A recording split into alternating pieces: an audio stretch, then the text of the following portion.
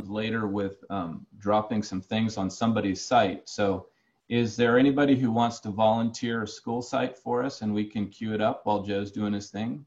Oh, that's cool. What do you mean drop on? Like you're going to get a picture of their school site and then drop it on there? Yeah. Um, Terry, how about you?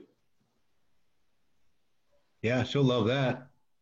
What school should we Excellent. do? Can't hear you. Sundale. Is that okay, Corey? You want to do somebody else? Oh no, I think Terry was cool. She was on mute. I'm Oh, yeah. sorry, yeah. Sundown Union Elementary School District. And which school?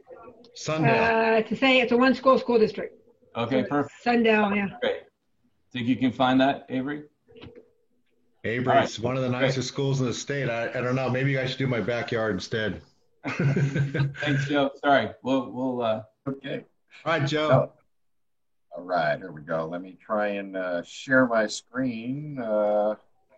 Still learning this technology.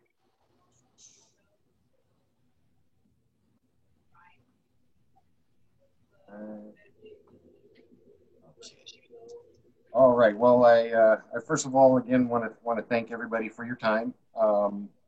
I know, yeah, everybody's very busy and extremely precious is time these days. So, I hope everybody, there can be some value here. Initially, when we began this, we were going to do as many here know, a 3-minute presentation. And then Corey reached out to me and said, actually, if you wouldn't mind, would you be interested in doing a little longer presentation? And I was grateful actually for that opportunity and look forward to it. But if it does, I'm doing my best with technology, so please forgive me if it doesn't flow as smoothly as it should. So part of the technology here is this picture. My apologies for that. It's foggy, and that is me. So, but that was me a few years ago. Again, my apologies for that. But I moved to California. I've been in California for my entire life, actually. I moved to the Central Valley, and that's interesting that we have Sundale here because I actually have a granddaughter. I was just going to say. I have a granddaughter that attends Sundale. And I was just talking about you today. You were. Olivia Lucky is my granddaughter. And so, it's very near and dear to my heart. And so, yes, I did move to the Central Valley 20 years ago, where I practiced as a financial planner at Morgan Stanley for 17 of those years. And during my tenure at Morgan Stanley, I got a chance to get to know the community very well. I developed some great friendships and had a great career at Morgan Stanley. In fact, working at Morgan Stanley and analyzing the corporate leaders I felt had values similar to myself, I developed a burning desire to run my own business. And quite honestly, at 4 years ago, in June of 2016, I retired at the age of 49 from Morgan Stanley and started AMR Plastics.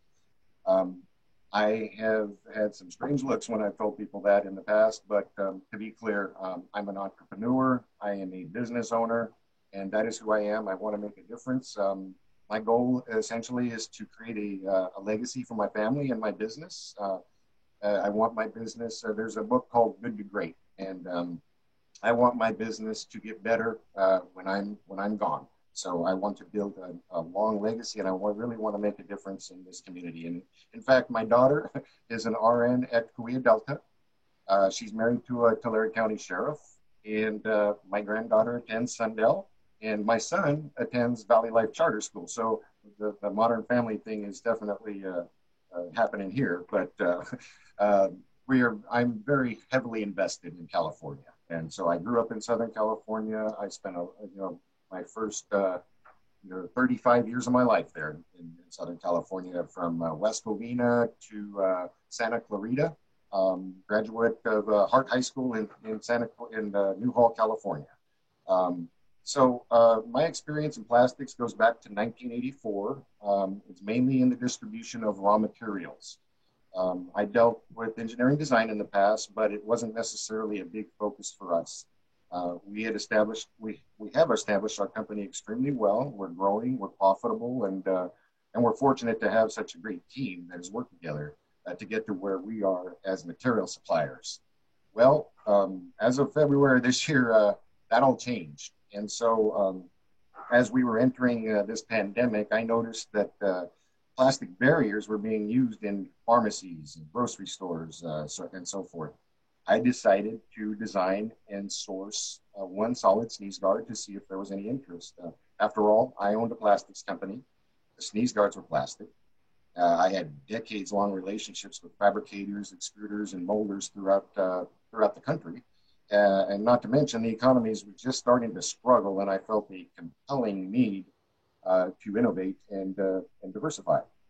I don't want to necessarily bore anyone with details like the properties of plastic materials, but we are experts at that, and there are certainly reasons for our recommendations and our choices.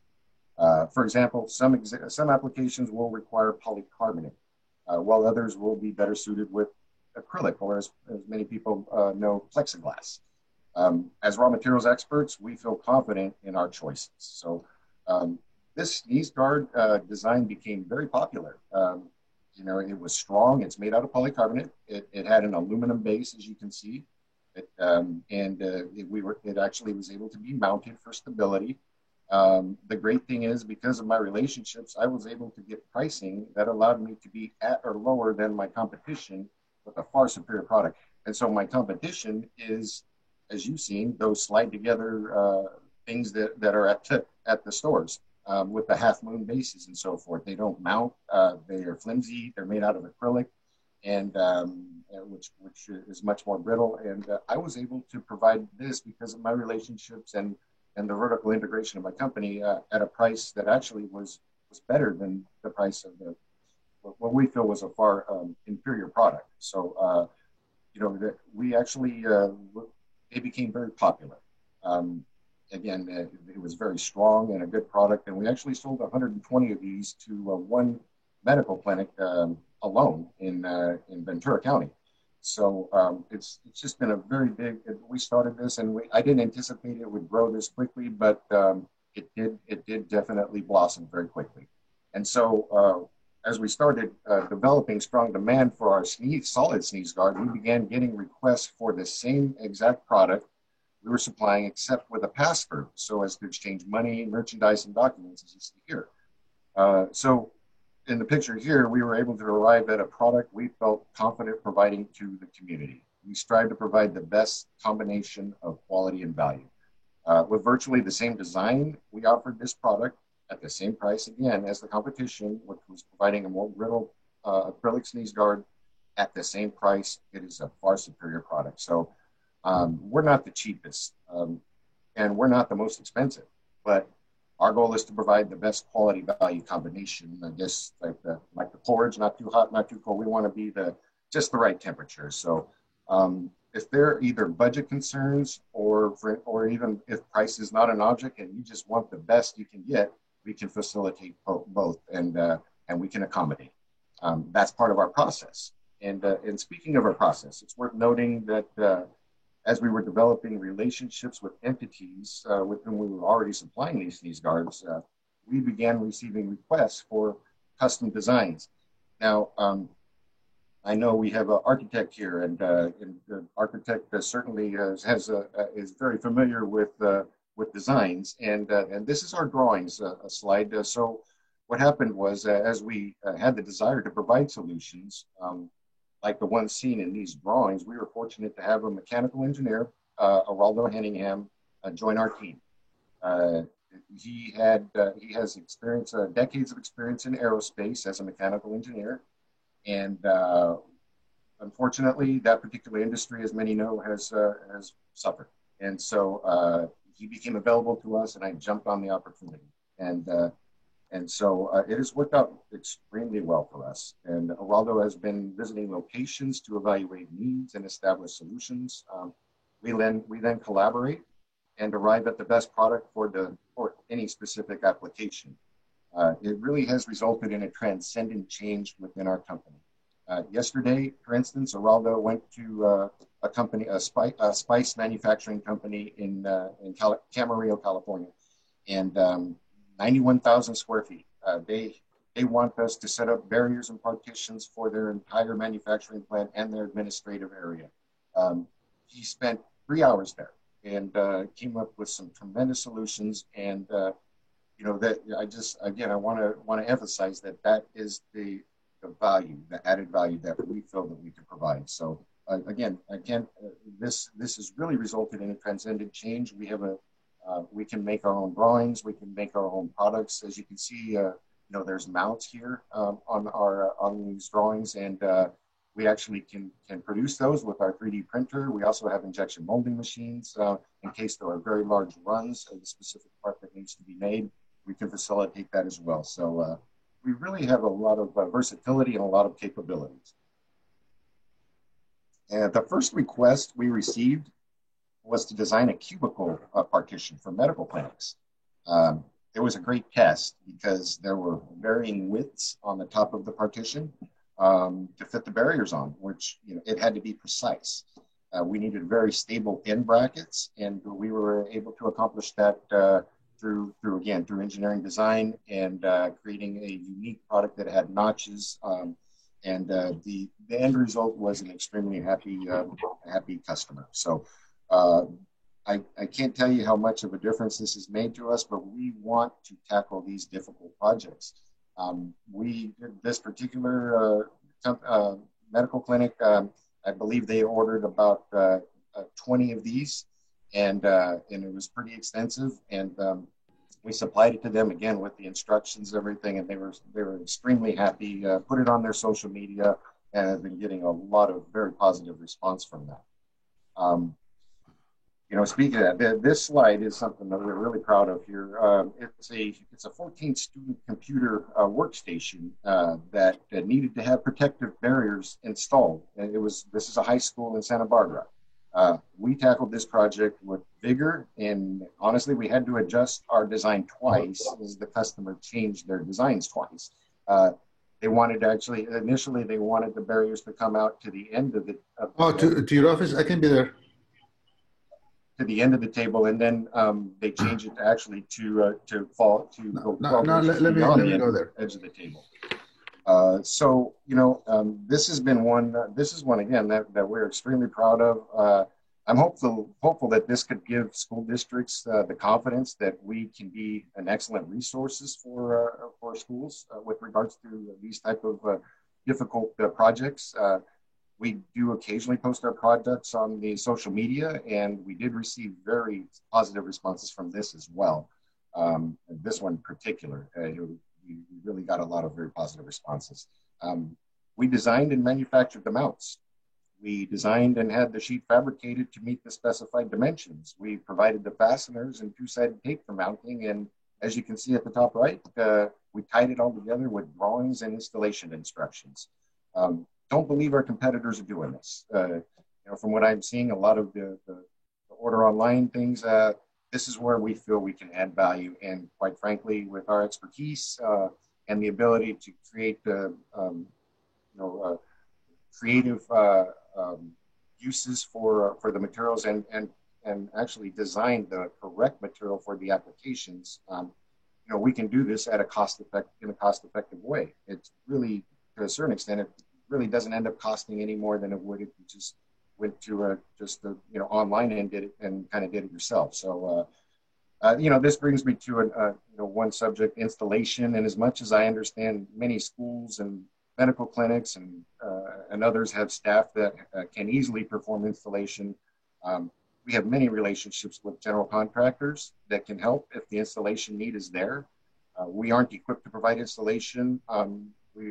For insurance purposes and so forth, we are the designers and we produce the products, but we're happy to refer interested parties to the professional general contractors, and we have great relationships with them. This next slide shows pictures of stand-up partitions we designed for restaurants and break rooms. We designed them for the purpose of separating tables for breaks at the workplace and dining out at restaurants. It should be noted that safety is a necessary consideration always when we design protective barriers. These 6 foot by 4 foot stand-up rolling partitions are stable, they're movable, and they're supported with a high-grade aluminum frame for the necessary support.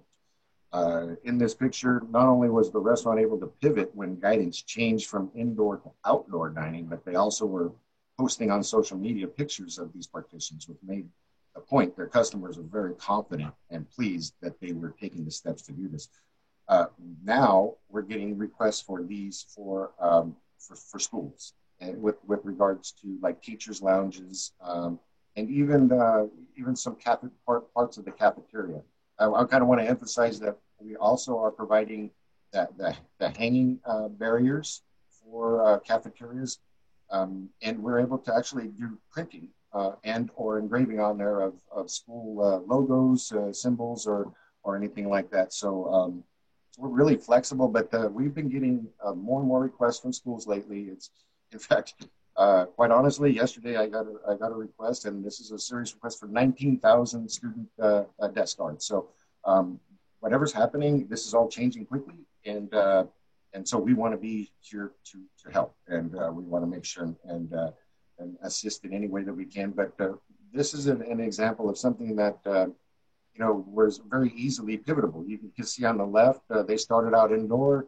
They all of a sudden a month later, everything's outdoor, and they went to outdoor all the way on the right. And then right in the middle, you can see how well how they promoted it on social media.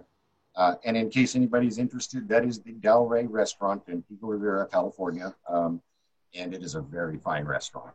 But this can be very effective in school settings, in teachers' lounges, and so forth. And again, to go back to the partitions for the cubicles, perfect. There's many cubicles in schools that we found, and it certainly seems like that would be a perfect application for something like that as well. As you can see in the drawings here, we have created 5 new options of the standard partitions based on demand requests from current customers for various dimensions and designs. As with virtually every one of the PPE equipment products that we are now providing, the products were designed based on specific requests and or needs that we have identified from our customers.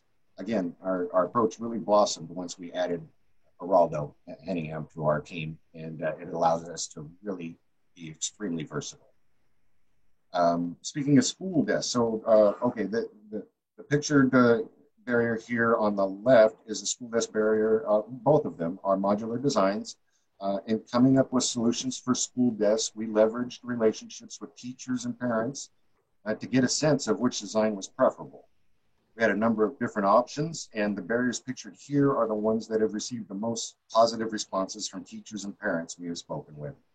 The first barrier to the left is made with 3/16" polycarbonate and has hinges for varying shapes of the barrier and folding up to carry to another class. We can certainly attach some tabs on there for closing, Velcro and so forth. This is a very strong product. Again, it's polycarbonate, and it should also be noted that many desks in schools currently aren't individual one student desks as well. So some are round, some are rectangular, as you saw with the multiple person workstation there, and other odd shapes and sizes. And for the most part, we can build to suit. And because of our modular design, it doesn't really affect the cost, lead times, or quality. So please note the barrier on the right. That is one that is getting the most interest. It is a modular design. It has sewn hinges, a sewn handle, sewn tabs, and those tabs at the bottom are Velcro. And so what happens is you put a Velcro square on the student desk, and especially for students that are going from classroom to classroom, when they need to leave, they pull it right up. It comes right off the Velcro. It essentially mounts pretty sturdily with Velcro, but it comes right off. It closes, and you can see the Velcro tabs. It closes very, very nicely and stable. It has a sewn-in handle, sewn-in hinges, and it's very, very lightweight. It's made out of 1/16" polycarbonate. And again, we as material experts, that's what you get from us. I know a lot of the student desks out there that I see are acrylic or plexiglass. And, I don't really want to go too much in depth. I don't want to, if anybody's already bought acrylic desks, guards, then I don't want to make anybody feel bad. But for the most part, we would definitely choose the polycarbonate because of the strength. And quite frankly, if it breaks, if there was acrylic guard breaks, it shatters, and you'll see that here very soon. But the point is that it's safe, and for safety purposes, we would definitely advocate polycarbonate. And quite frankly, the cost is very much effective, because with 1/16 inch polycarbonate to get to, for the most part, the school desk guards are using a 1/4 inch acrylic. Because acrylic is more brittle. You have to use a thicker wall thickness to even make, to make it stand up and to make it relatively strong enough to actually use in a setting like that. Well, you have to use 3 or 4 times the material. So even though polycarbonate is more expensive on a per pound basis, the result cost-wise is negligible. So you have a better product. This polycarbonate guard here to the right, you can fold it in half. And so it's not going to break. It is polycarbonate. And for me, as a father of a son at Valley Life, and a grandfather of a granddaughter at Sundale Elementary School, I would definitely err on the side of caution. I want to emphasize that acrylic does have a little better scratch resistance than polycarbonate, but polycarbonate, as far as a school setting, in a school desk, they're going to roughhouse. They're going to fall. They're going to do, at some point, one of these things is going to fall, and they're going to break. And then, the result could be not very good if that happens. So we like to err on the side of caution, and if it's a little better scratch resistant being acrylic, I'd rather err on the side of strength myself. They're actually not too expensive, and we would love to have the opportunity to provide these to any of the schools within the SSDA. Again, with the one on the right is the one that we did have the request for the 19,000, and I will say that these requests are coming in quickly now. So if there is any interest from anyone, I'm not trying to create anything other than just a sense of urgency. The lead times for us, the reason that we're getting a lot of requests is because in addition to what we do is really unique, but our competitors' lead times are getting enormous now because everybody's waiting till the last minute to do this. So, any way that I can help, I would love to. So I kind of want to emphasize some degree of a sense of urgency on this if possible. And so, yeah, acrylic versus polycarbonate. You can see at the top right, that's what happens when acrylic breaks. You see sharp edges, you see points, you see and so forth. Now, polycarbonate, again, it can bend in half. If you look to the left, you can bend polycarbonate, and it doesn't even need, you can bend acrylic, but you have to heat it before you bend it. If you don't heat it, it's going to snap. Polycarbonate, you can bend it cold. And we do that with our sneeze guards that you saw with the bends. But again, I just kind of want to emphasize that because it is a very rigid material, the result is that it can create sharp edges and points. Again, polycarbonate bends, and for this critical application, we would advocate strongly for the use of polycarbonate. And again, you can use thinner wall thicknesses. It still will be very stable, but it's safe. And I know that this is kind of a subject where there's some questions as far as the efficacy, whether or not people even think that this is even worth it, whether or not they think it's necessary. I've talked to so many teachers and and parents and superintendents and facilities managers, and quite honestly, half of them think it's important, half of them don't. I will tell you, the ones that really think it's important are teachers. They're the ones that are most concerned, that I find, but even more so than parents. But again, we want to kind of err on the side of caution and create a safe type of environment if possible. And I believe I wouldn't be presenting these to schools. I understand the schools need it, but my values as a business owner are extremely important to me. I wouldn't be providing these to schools if I didn't believe they had a purpose. And so that actually brings me to my next slide. aerosols and particle flow. You know, I want to kind of emphasize, I am not an expert on aerosols or particle flow. And maybe if there is anybody within this group that is an expert that would like to comment or chime in, please feel free to do so. But specifically, this slide shows the direction of particles from a sneeze, a cough, or a laugh, and so forth. And I want to be clear, again, I'm not an expert, but it seems pretty obvious to me that even with the school desk or sneeze guard barrier in place, particles will flow above the barrier. You know, you can use a face shield. It could be effective. I'm not saying one way or another. I'm not making any claims as far as the efficacy, but we do provide face shields. We've made them for pre-kindergarten, K through 8, and adult high school. You know, I've seen an article as recently as yesterday from the CDC that says almost like face shields are almost, you know, they don't have hardly any efficacy. I would think if they didn't have any efficacy that they wouldn't be used in hospital settings, but that's just me. You know, just common sense tells me that, you know, if you look at the flow, I mean, if you have a barrier in front of you that is 2 feet high and at the top you can see somebody sneezes, you're going to have particles that are going to go above the barrier. With the face shield, you know, you can see that the particles, you have to have a foam at the top, something at the top that prevents it from going above. But I can't help but think, just common sense tells me that this is going to work better than without. So, and the good thing is that with our capabilities, we can create these new designs with our face shields to include like custom printing, their names, the names of the school. We can create characters, cartoon characters, or whatever the characters that they want. We can make it fun where it could actually be effective. They're not very expensive at all right now, honestly, and I do believe they have a purpose. And my son, I mean, we have these things that we made. I mean, he runs around with his face shield, you know, thinking that he's a Jedi or something, and he loves it. But I guess for me, I guess in theory you're supposed to use a mask and a face shield. For me, especially for the young children, putting a mask on and a face shield, I think that may cause some breathing issues.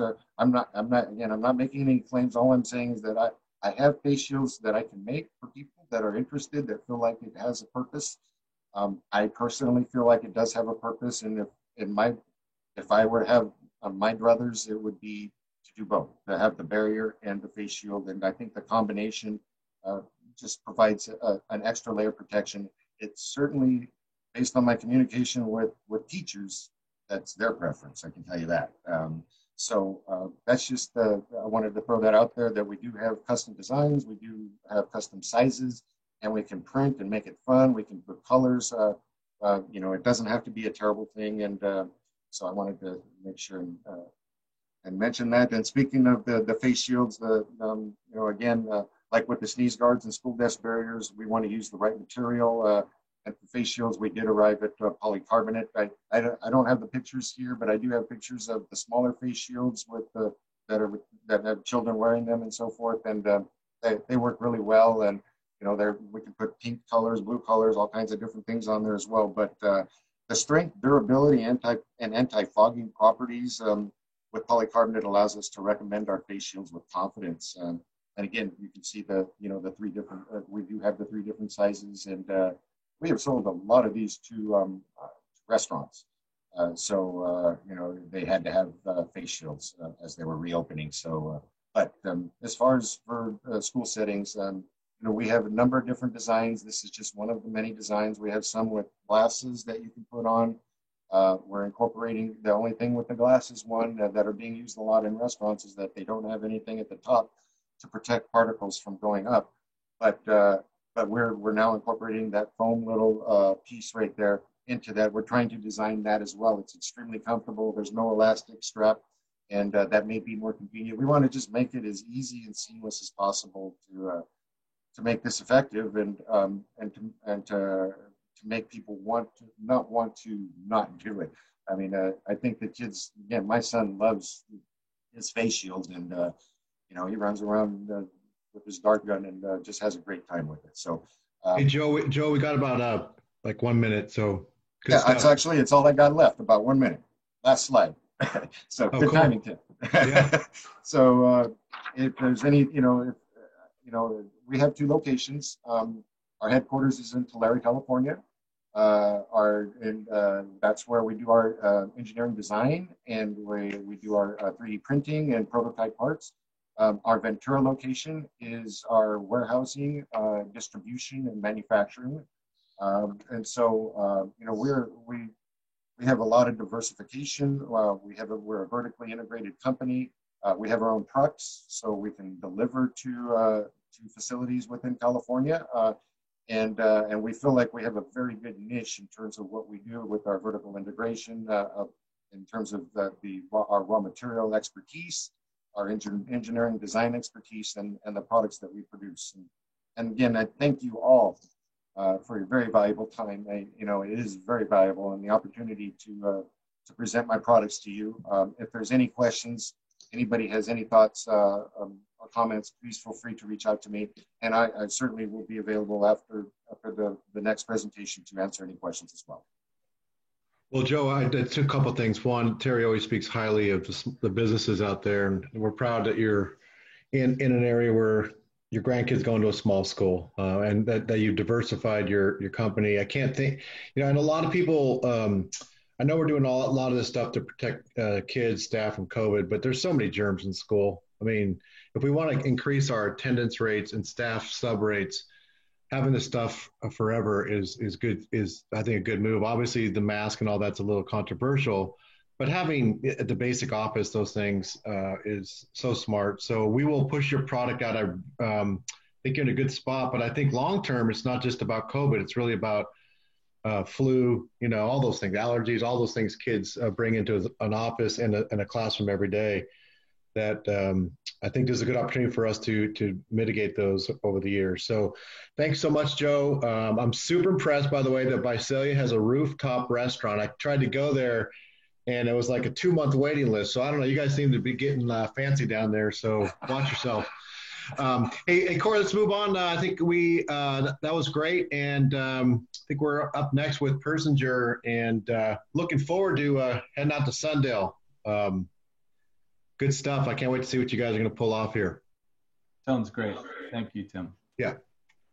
So the plan is we're just going to do a few minutes, just introduce everybody to the firm. And then I think Avery's got some preliminary ideas worked up for Sundale, and we can work with the model in real time. So as a way to introduce the firm and what we do, I've got 2 example projects.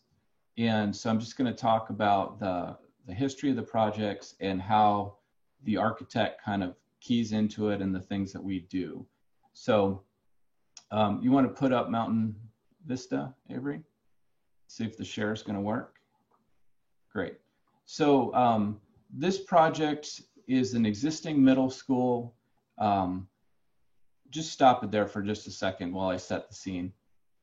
This is an existing middle school that had, like many schools in California, about a gazillion old portables that had been placed over the years, higgly-piggly, all over the site.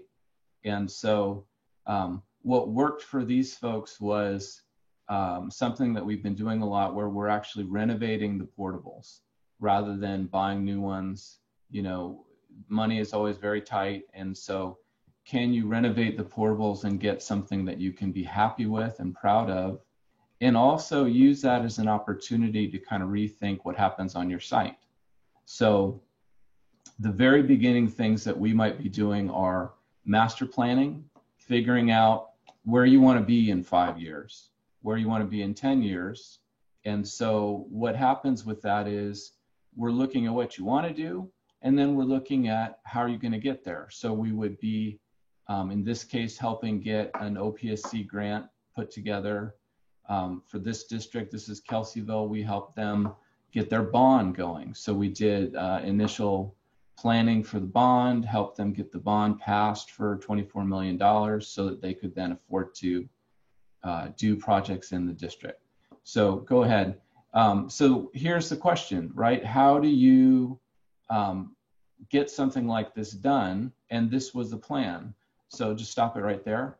We said, we don't want to pay for temporary housing. We don't have anywhere else for the kids to go.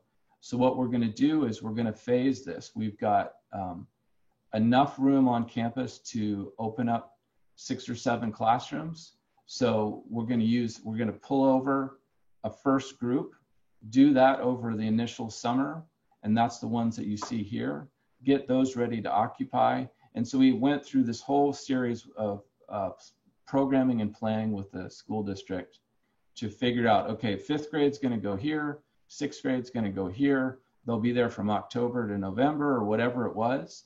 And then putting together a graphic like this so that they can really see how it's all going to work. We hardly even show old-fashioned plans anymore to our clients because 3D modeling is so much more easily understood and easy to see. So go ahead and finish it out. So then there was a second group that moved over, a second phase that happened, and ultimately we have reconfigured the site. One of the things that folks wanted was more of a large courtyard in the middle, better visual connection for the whole thing. We key the other one.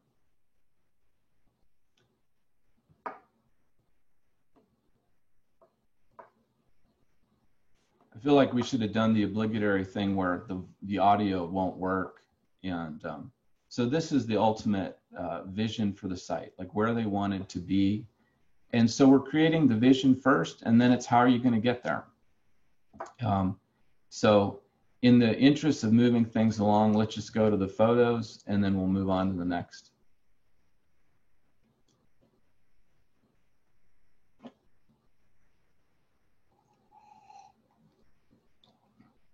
Come on, photos.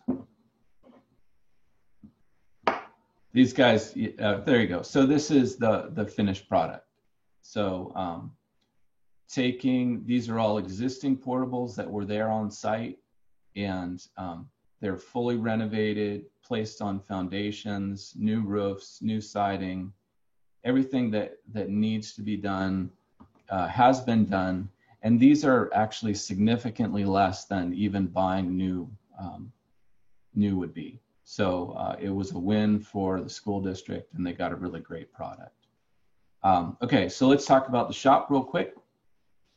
So we've been working with a lot of our districts on CTE grants because a lot of them, it was literally one of the few funding opportunities. As of this morning, we have 5 school districts that are on the approved list. So that was pretty exciting. So, and so this is a shop that was designed again for Kelseyville and is going to be funded on the 30th. So that's pretty exciting.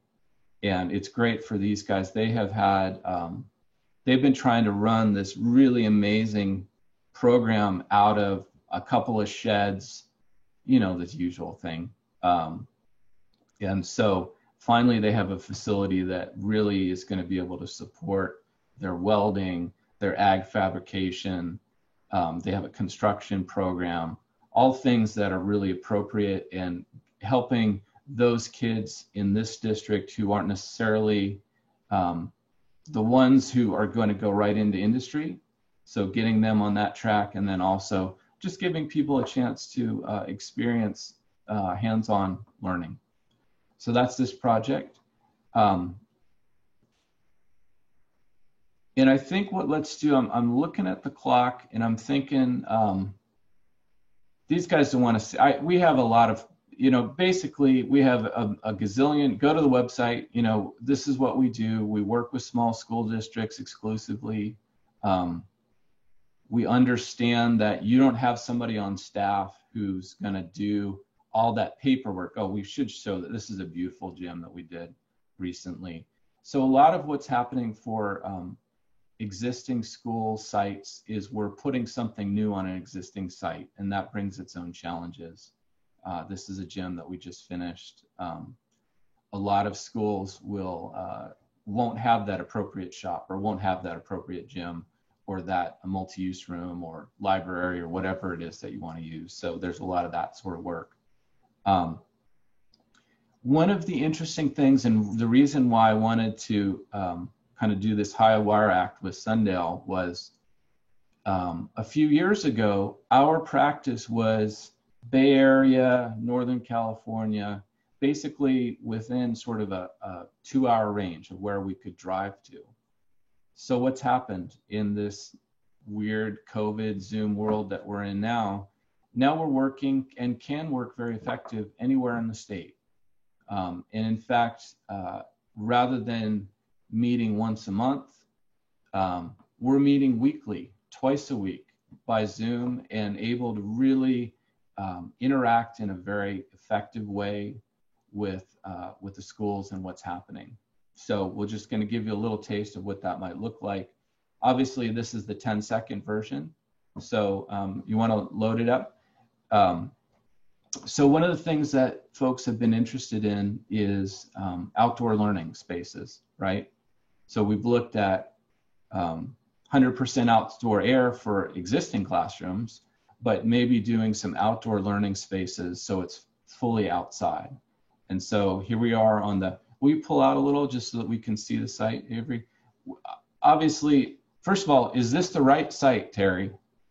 Great, okay. So, so in just a few moments, we've been able to pull up the site, and you all can see exactly what's on the site. It looks like it's probably a 50s era finger plan existing for the original school, 50s era finger plan. There have been buildings that have been added over the years. And so the first question is, where could we put these, right? So we've got a couple dropped in, and we would get on with you and your staff and just walk through, like, where could these go? What do we want to be close to? Where's the bathroom? Where's the entrance? How are children going to be dropped off and brought onto the site? And then, so now let's go in and look at this concept that we've been playing around with, which is simply, these are PC covered walkways. They can be approved over the counter. So they can be approved quickly through DSA and SET. And the idea is that we've got a weatherproof area. We're building some kind of a technology wall that will allow the computer and the projector, if that's what you're doing, or smarts board, and giving you the ability to do outdoor teaching. So this is just something that we've been playing around with our school districts who are interested in, you know, the question is, how do you open, right? How can you create some outdoor spaces? What are you doing? And this is a lot of what we've been doing. So I want to open it up for questions and also give you the opportunity, particularly Terry, since it's her site. Like, is this a good spot for these? Where would you put these things? We'll move them. So can you hear me? Yeah. Okay. So you only have half of my campus up there. Okay. So now are the poles permanently in the ground, or are they movable? They're permanently in the ground. But that's an interesting question. Could we do a movable product? Because it is DSA approved, they're not only in the ground, but they're probably in the ground with about 20 feet of concrete under them. So, you know, that's a challenge. Yeah, that's a play area that we increase, and it has to be on asphalt, or can it be on a grass area? It can be on grass. So Okay, so the back part of our campus would be probably where I would look at. Is that to the left or just down? It would be, if you're looking at it, it's the whole campus it's actually double the size of what you have on there. Uh-huh. So it's actually behind, when you had that view, it was actually behind. Avery, can you copy in the rest of it? Yeah. Great. So that's the field Terry, that's the field they might name after you. Yeah. You know? Yeah. Is that your soccer field out there? What is that? Soccer, football, baseball. Yeah, that would be a nice place to put but that area is a good area out there. And then if there's an area that you can use as that, like, has wall, well, you have a wall that's a technology wall, right? Yeah. Yeah. Where are students coming in typically? Where's your pickup and drop off? Our pickup is on the south side. Well, it's all over the campus because it's on the south side, and we also have two pickups on the east side. So that would be where those cars are at. Yeah, there was a road, and there was like a place that looked like they had a bunch of junk cars. There's opening there, and then there's also an opening towards the other side of it. Those would be a good place to be if they were temporary but not permanent, because we use that to play on.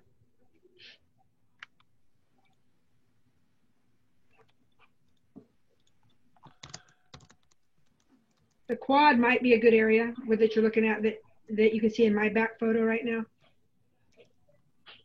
That's your quad right now. So it looks like you've got some picnic tables out there. It's concrete. Yep. So where is that? That was in the middle of there were some buildings before the grass area. Let's see. Right there? Where he's circling? I can't see. All right, let me see. Can you zoom in a little bit, Avery? Yeah. It is no. Actually, that would be one good one. Right in the middle of the long, where it says Road 140. If you keep going over, there's a quad right where his arrow was. Okay. Go back over where you were. Right there. No, right.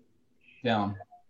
No, right. Keep going. Over in the middle. It's in the middle right there. There. Right there. There's a quad area there. And then our school goes back behind. You can see that there is some grass, and then it looks like our multi-purpose room. If you keep going farther that way, in that direction, we have more land back there. That would be the perfect place to be. So looks like there's a big right there. Field and... Yeah, like right here would be a good place for one. Let's see if we can drop them into that quad. Do you think there's room? So this is part of the process, right? So we know how big we want it to be, and then we're looking at it and going, well, is it going to fit there? What? Where's the power going to come from? Yeah, right. You might miss the tree. Can you lower them down a little bit? Shift them south.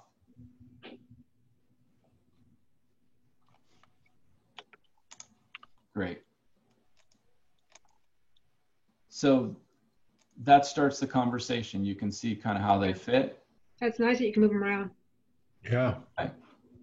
And obviously, we model up the buildings, get some massing in there of the surrounding buildings. Right. Give it a little more time. Do you have Hayfork Elementary up? Yep. Let's look at that. So this is one that we've been working on all summer out in Hayfork. You want the framing or the main? The 1936. The framing. Yeah. And one of the big challenges for this project was this building was built in 1934 and had gone through so many different iterations. So the first thing we did was we modeled, okay, what did it look like in 1934, which is this version, where those red trusses were over an auditorium with a stage. And then, so part of what happens with a project like this is DSA wants to know that we've thought about the new things that we're doing and how they work. And having this model, we literally got on with the Division of the State Architect, structural engineer, and our structural engineer, folks from the district, and walked them through how these things work. So let's go to the next era. So then in 51, they added these pop-outs that are shown in pink here, and made some changes, actually made that front of the building into the administration building. And then let's go to the next one. So we're pouring through these old plans and then putting it into the model so that you can really understand how these things work, what happened. So this is a remodel that was done in 2003. Can you go to the new one now? Or is that going to crash there we go. So then we're working with, we have a design team. We meet with them every Wednesday morning. They're in Hayfork. our team members are all over the state. Some of our engineers are in Sacramento. Some of our folks are in Sonoma County. And so we're all together and we're working through, for instance, going in, let's zoom into the reception here. One of the things that we did last week was we're getting on with the principal and saying, hey, do you want that window there? Or maybe, do you want to view this way? Or where's your furniture going to go? And so we can really get into the detail with them of how it's all going to work in a way that's much more understandable than old-fashioned flat plans. So questions, comments, thoughts? We do have been trying to offer a 1 o'clock open Zoom on Fridays to give people a chance to, if you just had an architectural question, you just want to come visit, you're welcome to Zoom in and ask a question that you might have about facilities, and we're happy to talk to you about it.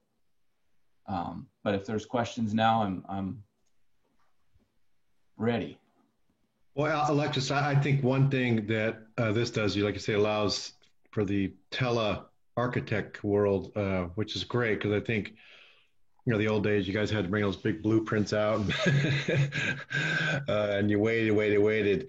But secondly, in a world where everything's so negative right now, I think we're trying to get our school districts and our good leaders, as I mentioned to vision where they want the school to be and provide some hope that the leadership there is going to do that. And leaders like Terry and Julie Bosch and folks that I see that have done this type of, have created great facilities, have great schools and great student achievement. So, I think that push, that's my overall comment, I would say. When you guys are doing this type of thing as an intro to somebody, so basically a school district member, I saw that Superintendent Arilano is here from Trona, and that's way out in the desert. There's no district, I think, that needs to be help with their facilities upgrade, and the state has completely forgot about them, and he's trying to get that going. But I think this type of thing you could just do via remotely to give them just some hope, because that's what I think the teachers in these schools are looking for, someone to help with that. Right. Something like this, this is something you can show to students, to teachers, to parents, and get them excited about what could be. So that's part of what our job is as your architect, is to help you envision what the future could be and then help you get there. Yeah. I think the challenge, and let me be frank with you, I think a lot of people, when they see the word architect, they start to shiver because, costs and all that. But in the introductory stuff like this is not that expensive, right? It's more of a relationship building between you and our members. Oh, absolutely. Something like what we were just doing with Terry, I'd be more than happy to just do that for free, just as to help people, particularly right now with the COVID and trying to figure out how you're going to open. We've been doing things where we'll go in and show what's a social distanced classroom going to look like, so that the superintendent can talk to their teachers about what that might look like. Wow. So we're more than happy to help. I'd love to see you guys go out to Trona and look at their football field. It's the last dirt football field in the country, but it's kind of their claim to fame. So they don't like to throw turf on there, but it could definitely use upgrades like every other small district that lacks serious money. This was a 6-foot social distancing drawing that we did for. Look at that. That is cool. Geyserville, I think. But again, just to help people see what the future could hold. Right now there's a lot of just helping people as you said, lift their eyes up from what's happening tomorrow and really try and see where they could be. I got a couple clients I'll send to you that I was talking to about this a couple days ago, and some work they got ahead of them. So I'll email you some contacts. I'll set you up on an email introduction. We, Hayfork was somebody that you introduced us to, and the feedback we've had from them was they were very frustrated as a small school district way out in the country that their architect might not call them back for 3 weeks. You know, that they just couldn't get, they didn't feel like they were connected or they knew what was happening with the projects. And so through this technology, we're really able to interact just all the time and keep a really good connection and make sure everybody knows what's happening. So it's been kind of amazing. Good stuff. And another thing that we might want to consider too is the first part of it, when you were talking about portables, there's so many schools that have the oral portables on.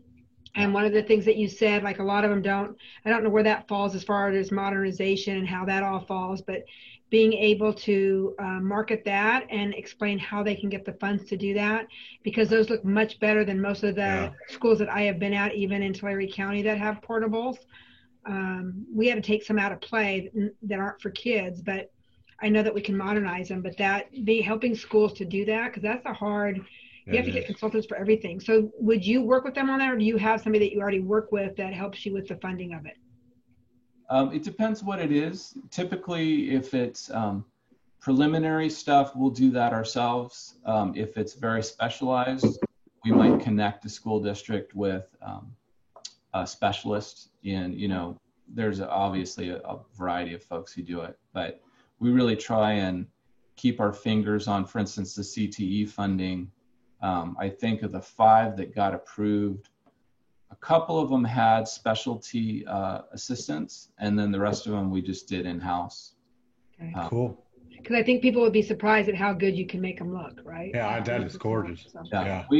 We did something for SSDA in the spring and really got into the nitty-gritty of what it looks like to renovate a portable. And who knows, there's a lot of them out there, and they need it. Yeah. How we survived and put kids somewhere. Well, listen, thank you so much. And both to Joe and Alexis, a great job. You know, I always like when you mention Hayfork. We love hearing from a superintendent who's worked with you as help co-present and share, or at least give quotes, because our colleagues love to hear that the Little Peeps are doing well. And to both of you, thanks so much. Both things are critical to what we're trying to accomplish, to have quality schools. And thanks for your time today. And like I say, we'll shoot this out to all of our members, and to all of you, have a great day. At least the blue skies here in Sacramento. So sorry to say that. I don't know, have you got blue skies yet, Terry?